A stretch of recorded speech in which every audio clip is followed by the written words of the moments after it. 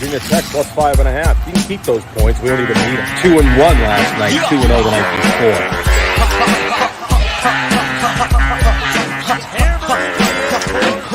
That thing to break over the middle of the plate. I think he stepped out either.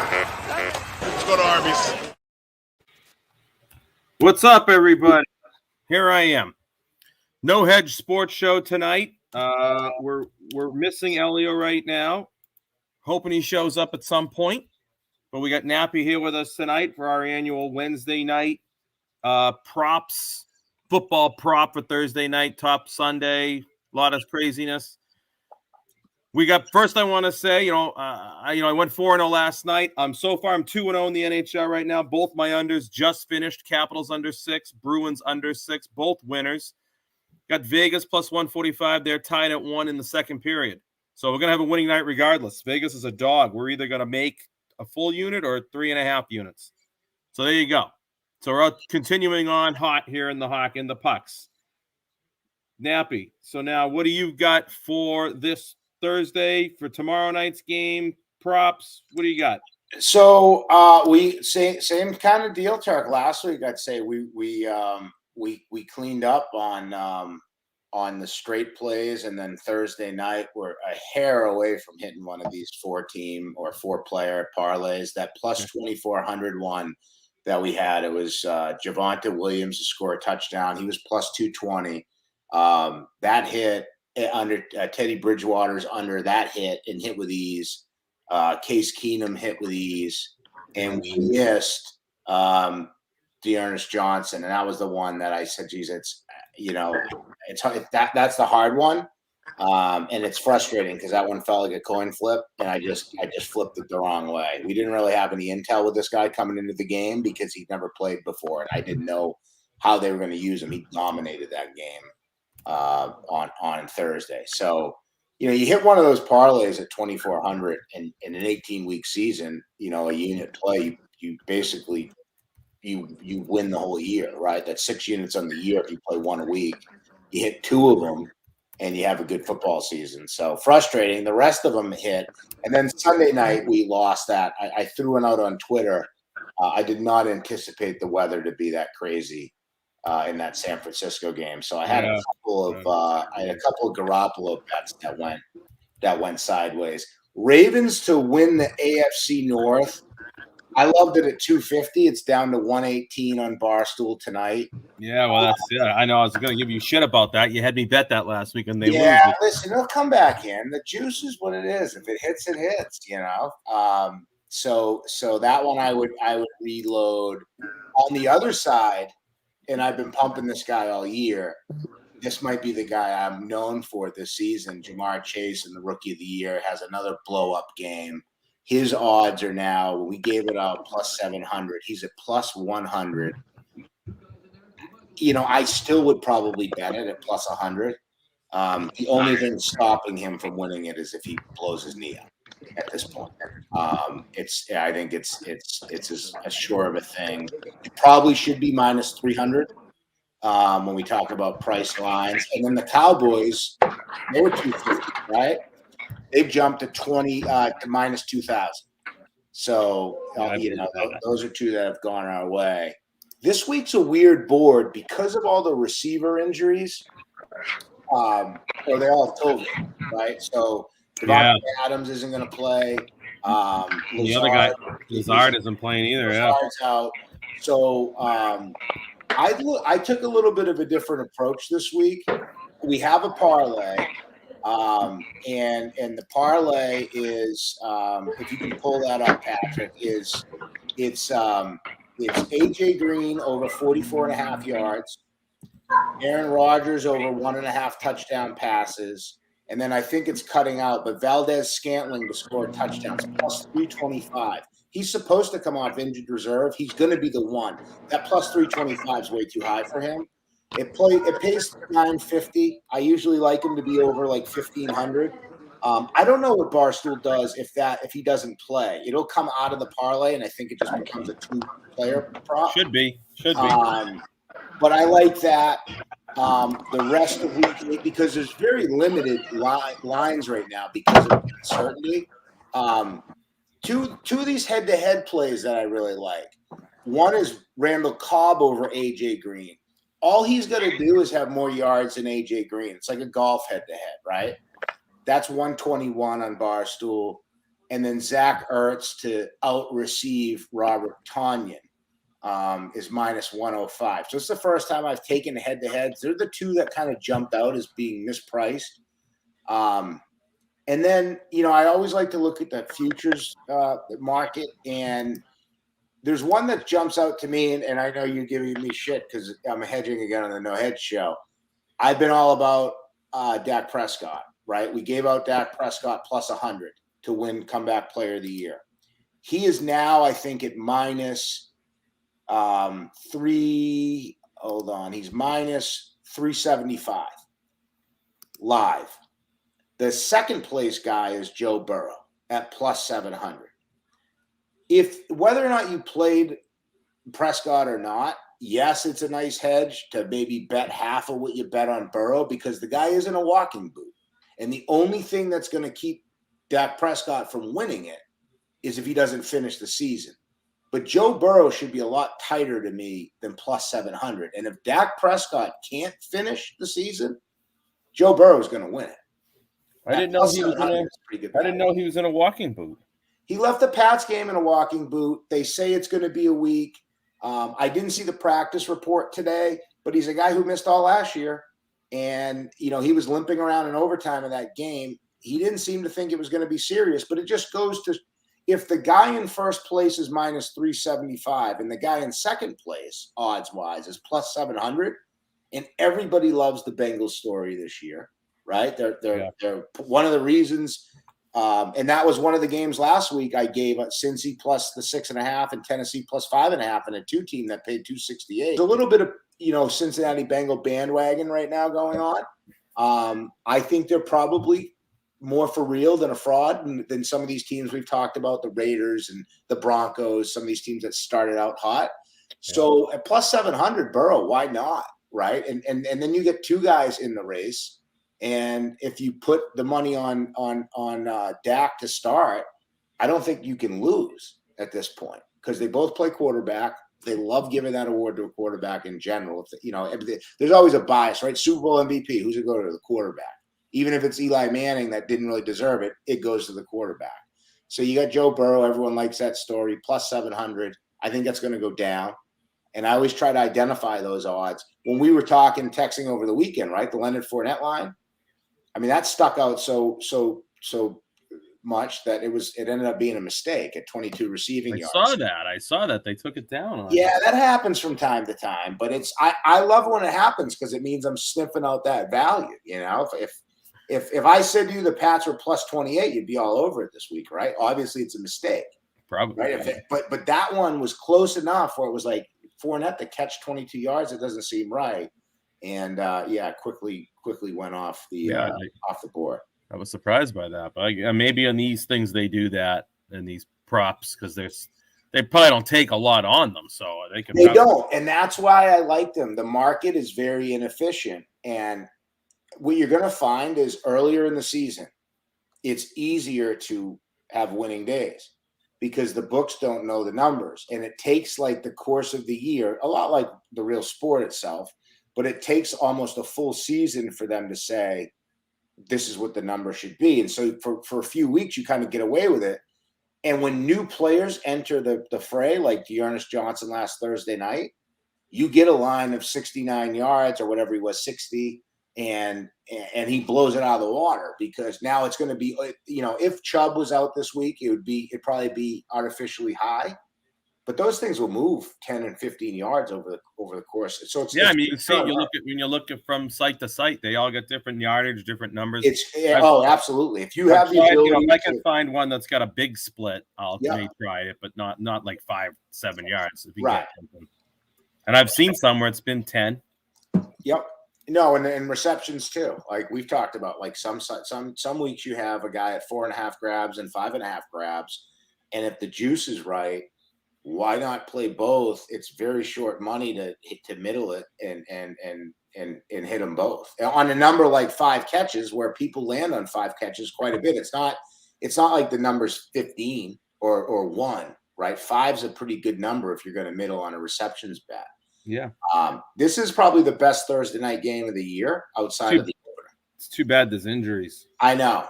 And it's a big number for Arizona's total is 28.5. Yeah, that seems high to me. I don't know. I feel like I think Arizona's going to win the game. I think too.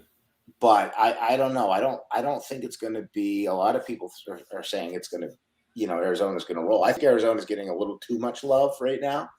You could be getting an overreaction here for the fact that they don't have their receivers. Adams, right? Yeah, they don't Adams. Adams the big one. I mean, Yeah, Lazard is probably his next guy.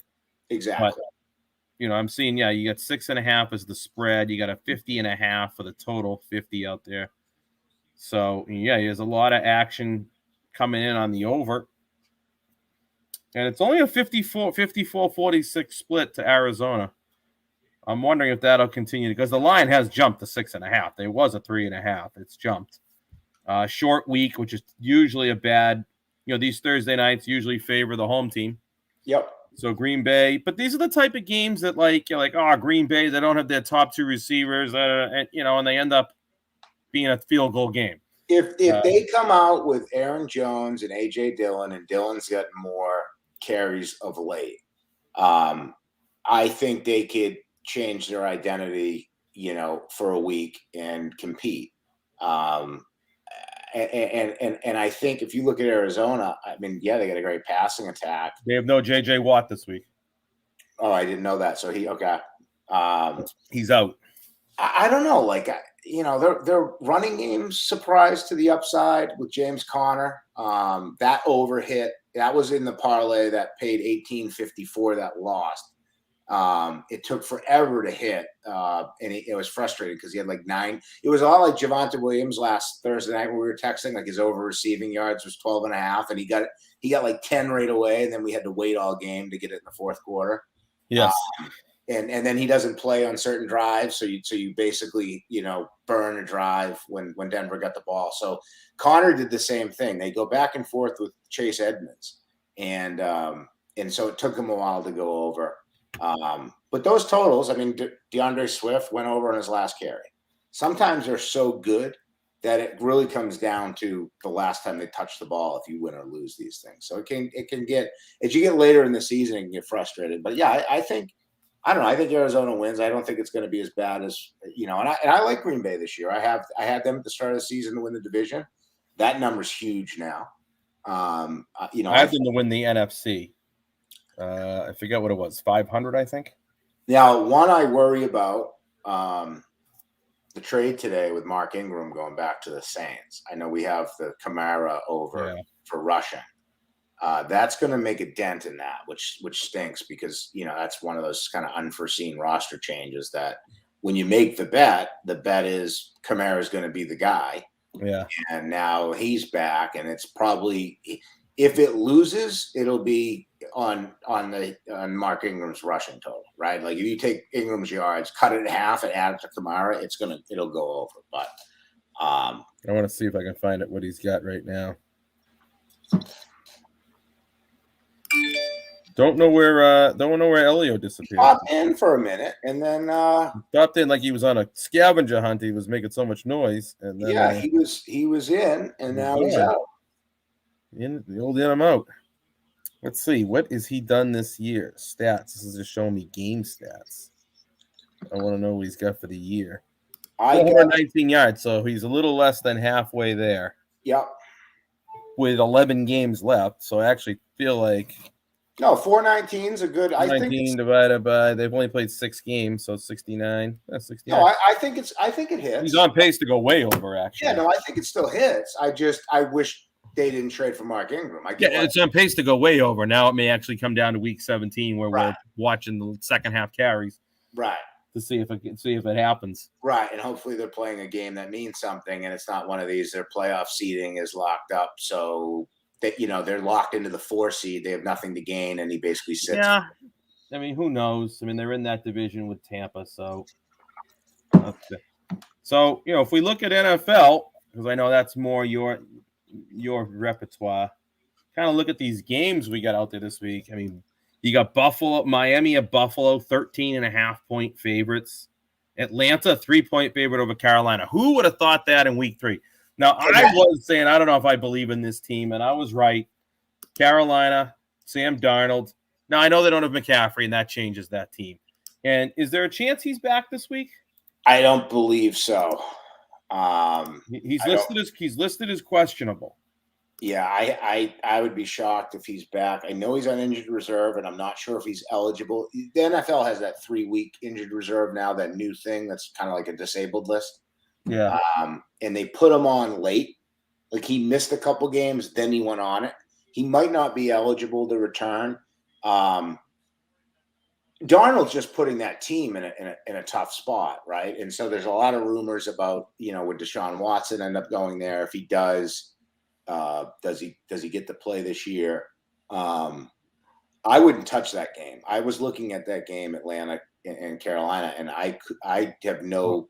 I don't touch Atlanta game. I try to stay away from Atlanta games. You never know what they love. Oh, he hung one and he missed it. The thing with the Falcons, I mean, last week when they were playing Miami, the Falcons tried to give it back to Miami. Miami said, we don't want it. They've lost 6 in a row now, the Dolphins, after them. They should have lost to the Patriots. They should be 0-7 right now. I know. The Dolphins. I know. How about the Colts? They're actually 2-point favorites at home to Tennessee. That's another one I don't really – to me, the games are very tough this week. I've had a hard time all year with that one. Seattle-Jacksonville, I think, is a hard game. 3 points. Yeah, Seattle's a 3-point favorite over Jacksonville. Denver-Washington. Denver-Washington, I grabbed Denver at 2.5 on Monday night. That's up to 3.5 now. So I feel good about my pick. I see 3s. Yeah, so I got that 2.5. I thought it might move. Can't remember if I tweeted it out or not. If I didn't, sorry. Yeah, I see it at 3 on Barstool at 113. Yeah.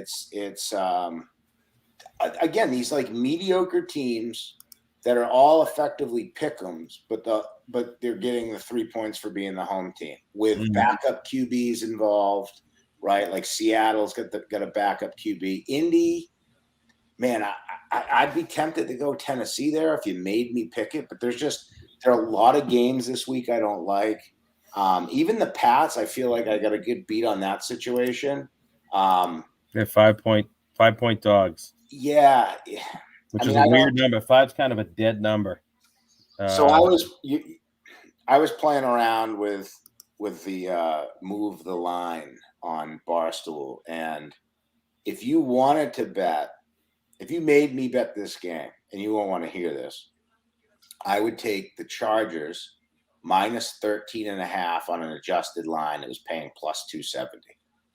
Only because I think the value at plus 270 for that out, I think there is a high probability of an outcome like that.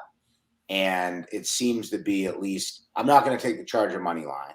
I'm not going to take the Pats to cover. So if you give me 270, the Chargers got to wipe them.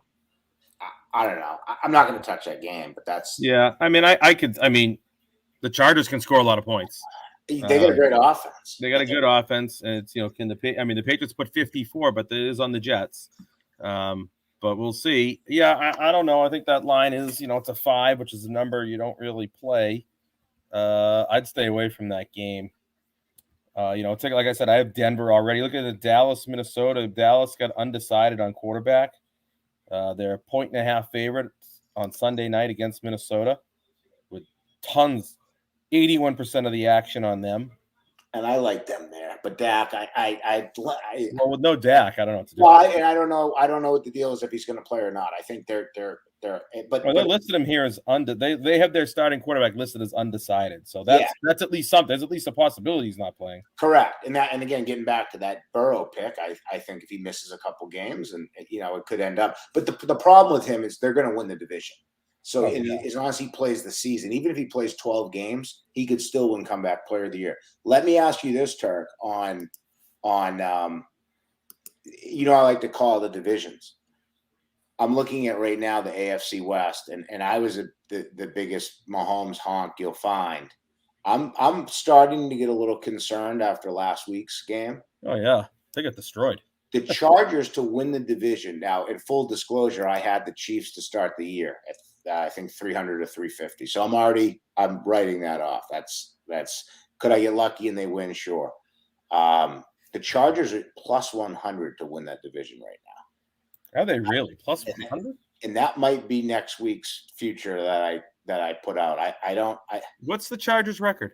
They're a game up on The Raiders. What are the Raiders? Yes. So they're game up on KC. They're 4-2. The Raiders are 5-2. The Chiefs are 3-4. But plus 100, the Raiders aren't going to win, right? So write them off. The Broncos aren't going to win. I mean, the Chiefs are plus 215, and part of me thought, geez, maybe you reload that and hope. Yeah, I know, huh? They can't run. Mahomes looks like he's seeing things that he shouldn't be seeing, and he's taking off now when he shouldn't be taking off. I mean, he looks like he's just, he's still putting up numbers, but they're not winning games. Yeah, well, where are they this week? Are they off this week? No, they have the Giants. Monday night. They got the Giants on Monday night. They're not. All right, so if they can't handle that one, then it's really time to call. No, and I think they will, and that's the only reason I feel like the Chargers, that plus 100 will be there next week, because I do think the Chiefs win. Let's say the Chargers play, they come out and have a stinker, and the Pats do pull off an upset. That's going to move. So I don't know. It doesn't feel like the right time to take it. But that's one I'm probably eyeing. The one I won't touch is that Cardinals division. I want nothing to do with trying to predict the Cardinals. Yeah, I have the Rams. Yeah, I have the Seahawks from preseason. Yeah, the Rams, but friggin' Cardinals won't lose. And you think they got a chance to go down and they win. So they're for real. Now, so I think had Green Bay had their full assortment of players, they could have given them a run Thursday night. But yeah, I think it's going to be a tough one there. How about the Steelers getting 3.5 on the road? I feel like that's a sneaky little play there. Do we know if Mayfield's ruled out? Well, here he's listed as the starter. Let me see. Baker Mayfield. Oh, so this was listed him as out. Yeah, I think he's out. Yeah. But why are they 3.5 point? I think because they can run the football, and I think if you've watched the Steelers this year, Ben does not look like. No, he doesn't. So that's probably the right line. I'm with you. I gun to my head, I'm taking Pittsburgh in that game. Last week I thought I was seeing things really well. Tampa Bay, Green Bay, and the Rams were the 3-team money line. They were all easy wins. You knew they were going to win. And I really like Cincy and Tennessee as dogs, and Tennessee is a home dog. I liked Tennessee. I liked them on the money line, and I didn't play them. There's nothing this week that really jumps out. I've had a tough time the last couple of weeks with NFL. Looking at this, thinking about what I want to do. I've already done Denver. Niners, Bears. Niners are 4-point road dogs. I mean, can you honestly trust the Bears? But like I said, that Pittsburgh one kind of stands out at me. The Rams are 14.5-point favorites over the Texans. I mean, the way the Texans have played, the Rams should cover 14.5 without a problem. I don't know. That Colts line. I mean, you got the Colts are probably the play there. Well, everyone's rolling high off of Tennessee. The Colts are the play. When I saw the board, and I haven't put one out yet, and I hate to do a 3-team with the Rams at 14, but to me it smells like a week you're supposed to take the Bengals, the Rams, and Buffalo in a 3-team tease and just hope that you don't get screwed with a 3-point, but it feels like that could happen. And I'm not even, I would almost put that on my sheet for this week. I wouldn't want a money line parlay them because they're huge. I was kind of playing around with the site, and it's like 100 to win 50 kind of thing. And to your point, you got to hit 3 games and you win half your risk. Like, doesn't feel like good value. So maybe put those in a 3-team. You'd have to do a 7-point teaser if you were going to do it. I mean, I wouldn't tease Buffalo in that spot, but you want to get it to 6.5. You don't want it to land on 7. So, and who were the other ones you said? Houston? Well, no, yeah, I would do the Rams against 7.5. Yeah, it's the probably. Give the Rams, if you did a 3-team, you give the Rams their 14. So you get that down. You get Cincy down from 11, and then you get Buffalo down from 13.5. That one's kind of appealing, but I could see it. I don't feel as good about it as I did last week. I mean, you knew Tampa was going to roll. You knew the Rams were going to roll. The Rams actually struggled for a little bit in that game. And Green Bay kind of handled business. The Rams actually, the Lions hung around longer than I expected them to. I was a little nervous about Goff and the whole revenge thing, but they had the Lions, yeah. But he's a mess. And the Lions they were going in to win, and he got picked off in the end zone. Yeah. I mean, I was at the Providence Bruins game. I didn't see anything, but yeah. So you've had a big week. You were at the Providence game. You had Deshaun at in between periods. Yeah, in between periods, he was on the ice there on Sunday. So yeah, we did that. And what were you doing? Was it last night? I just got back from New York. I was telling Patrick I flew in. I get in at like 5 tonight. I was in New York the last 3 days. What you were running around Encore? Was that last night? I went to Encore Monday night. Yeah, Monday night. Just so yeah. like, what was just last minute? I got an alert that there were a couple of people there. I said I'm going. I drove over there, hung out on a Monday night, won a couple $100 playing video poker. Nice. Got a slice of pizza, and out the door I went. It was a good time. They got a good setup over there. They got the whole thing set up, ready to open those windows and start taking bets. They built a sports book. They built it. It's open. It's ready to go. Like, it's open. You can sit in it. They got all the screens like you're in Vegas watching the games. They just don't have any tellers to take bets yet. The stuff is all set up, ready to take it. But I was reading today, the Senate, they're not passing this. They don't. What do they need money for? They're good. That's what she said. She should be fired. And then they said today, that there's a possibility that even if they do pass, it's not going to have college sports. Which, if they do that, well, the tax thing too is crazy. The proposal I saw, which was like I think a 12.5% tax on the bets, then the income tax forms, and it's typical. How you expect to play out. Well, Massachusetts, is going to tax you to death on it. Let me ask you this, and I know Tony's, does have that sports bar feel. Do you think Barstool would put in like a kiosk in Tony's? I know Elio would want it. Yeah, I mean that would be a whether it happens. I mean, who knows when we even get to the point that they would give out licenses like that you could. I mean, look at this. They're fighting over. They're holding off the longest they can to put them in the friggin' casinos. So Massachusetts is probably 10 years away from giving license like that to put them in places. But Elio would do it. That'd be great. I mean, it's like Keno. That's exactly what it'd be. I'd sit there behind and write tickets. I'd love to do it.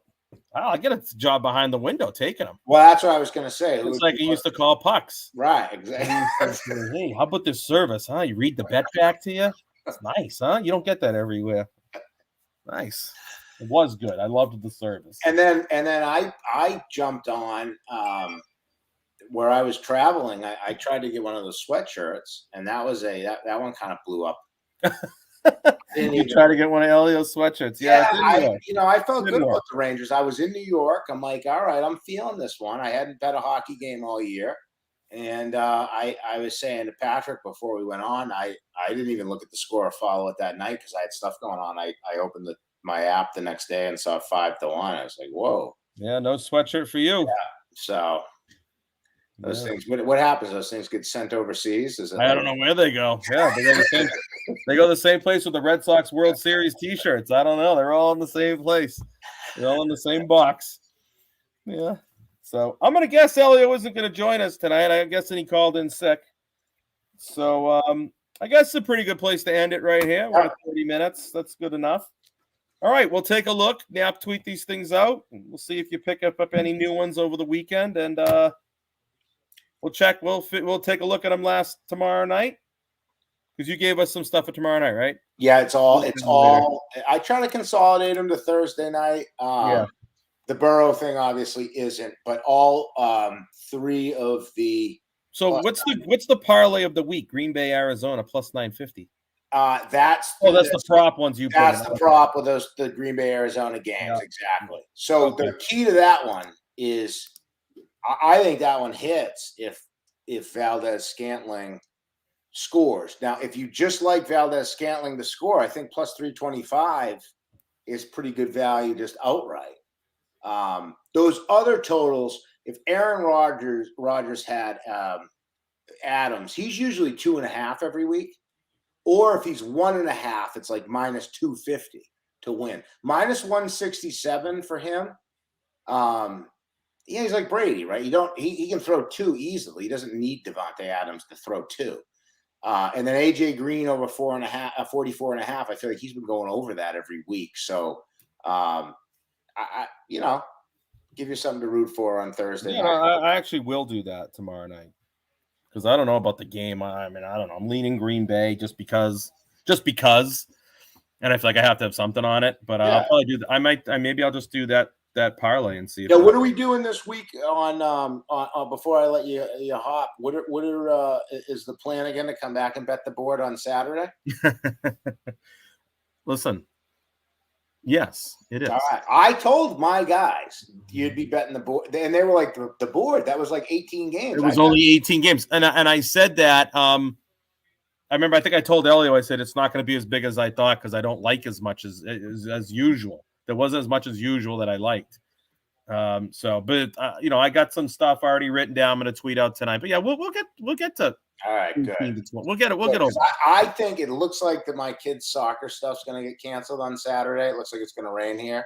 Mm-hmm. Nothing better to do than to tail your. I think we have the remnants of that bomb cyclone or whatever the hell it was in California. Well, just what we need. And now we got nor'easter, now a bomb rolling through. Yeah. So it's been a fun summer. All right. Look forward to it, Turk. We'll talk to you. See ya. I don't want to shut this off.